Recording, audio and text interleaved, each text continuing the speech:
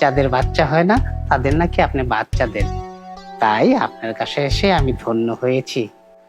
শোন, তোর তো বয়স অনেক বেশি, তোর পিছনে আমার অনেক কষ্ট করতে হইব, সমস্যা নাই। বুঝলাম তো বাবা, এখন কি আমি কাপড় খুলবো, বোরকা খুলবো? কিরে? আসসালামু আলাইকুম বাবা। ওয়ালাইকুম সালাম।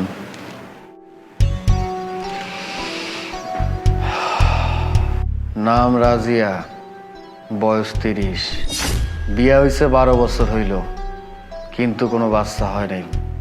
স্বামী বিদেশে থাকে, বছরে 2-1 বার আসে। তোর বাচ্চা দরকার তাই না? হ্যাঁ হ্যাঁ বাবা। কোনো সমস্যা নেই, তুই যে উদ্দেশ্যে আইসোস তোর উদ্দেশ্যটা পূরণ হইব, কিন্তু আমি তোরে যা যা করতে বলবো তোরে তাই তাই করতে হবে। এখন তোর লাগে যা যা হইব এইখানে এইসব কথা তোর স্বামী, পরিবার, আত্মীয় স্বজন কাউরে কিন্তু জানা যাবে না। তুই যদি ভুলে জানাস তাহলে কিন্তু ওষুধ কাজ করবো না। এখন তুই আমারে ক, তোর কি বাচ্চা দরকার না দরকার না? জি বাবা, আমার বাচ্চা দরকার। যা, আমি তোরে যা যা করতে কমো, যেমনি যেমনি করতে কমো, তোরে কিন্তু তাই তাই করতে হইব। জি বাবা। চোখ বন্ধ কর, শাড়িটা খোল, আধা ঘন্টার মধ্যে সব কাজ শেষ করে ফেল।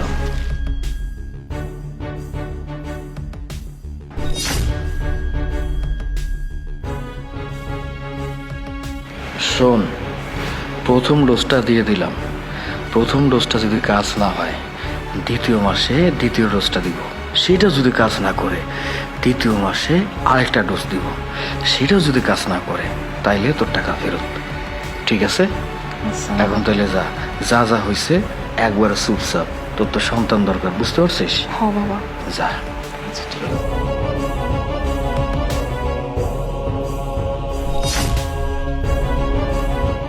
নাম কি?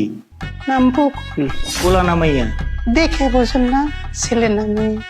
বুঝবো কেমনে? বোরখা পরে আইছেন। বকুল নাম তো ছেলেদেরও আছে, মেয়েদেরও আছে।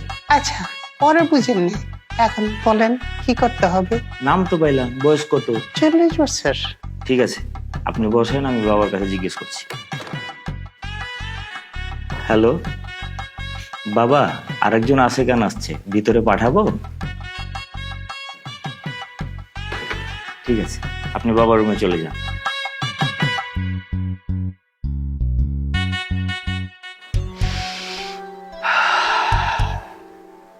নাম বকুল, বয়স 40, বিয়া হয়েছে 25 বছর হইল, এখনো কোনো বাচ্চা হয় নাই, বাড়ি কদমতলী। বাবা, আমার বিশ্বাস ছিল আপনি সব জানেন, এই জন্য তো আপনার কাছে আসছি। সবাই জানে আপনি নাকি বড় কামেলদার ব্যক্তি, যাদের বাচ্চা হয় না তাদের নাকি আপনি বাচ্চা দেন। তাই আপনার কাছে এসে আমি ধন্য হয়েছি। শোন, তোর তো বয়স অনেক বেশি, তোর পিছনে আমার অনেক কষ্ট করতে হইব, সমস্যা নাই। আমার এখানে যে একবার আসছে কেউ কোনোদিন খালি হাতে ফেরত যায়নি, তুইও খালি হাতে ফেরত যাবি না। বাবা বলেন, তাহলে আমাকে কি করতে হবে? ওই যে তোরে আমি কইলাম, তোর বয়স অনেক বেশি, 40 বছর হয়ে গেছে, তোর পিছনে অনেক বেশি সময় দিতে হইব, এই জন্য তোরে হাদিয়াটা বেশি দিতে হইব। বাবা, আমার কোর্স কি 6 মাসের দিবেন না 3 মাসের দিবেন? এই, তুই এত কিছু জানিস কেমনে? আমি শুনেছি আপনি নাকি সবাইকে 3 মাসের কোর্স দেন। আমার এই বয়সটা বেশি তো, তাই ভাবলাম আমাকে 6 মাসের কোর্স দিবেন। এই চুপ কর, এত কথা কষ্ট। আমি তোরে যেটা কইছি সেটা কর। বুঝলাম তো বাবা, এখন কি আমি কাপড় খুলবো, বোরকা খুলবো? কিরে, তুই এত কিছু জানিস কেমনে? তুই তো অনেক আপডেট। আচ্ছা ঠিক আছে, সময় নষ্ট করে কোনো লাভ নাই, তুই একটা কাজ কর, বোরকাটা খুলে ফেল। আরো অনেক আশেকান আছে, বুঝছস, হাতে সময় খুব কম। বাবা, হ্যাঁ, তুই আমার মেয়ের জামাই হ্যাঁ এই কাজ করতে পারলি? হ্যাঁ, তুই ইসলামের মাইন্ডে চলতি দেখা তোর কাছে আমি মেয়ে বিয়ে দিছিলাম।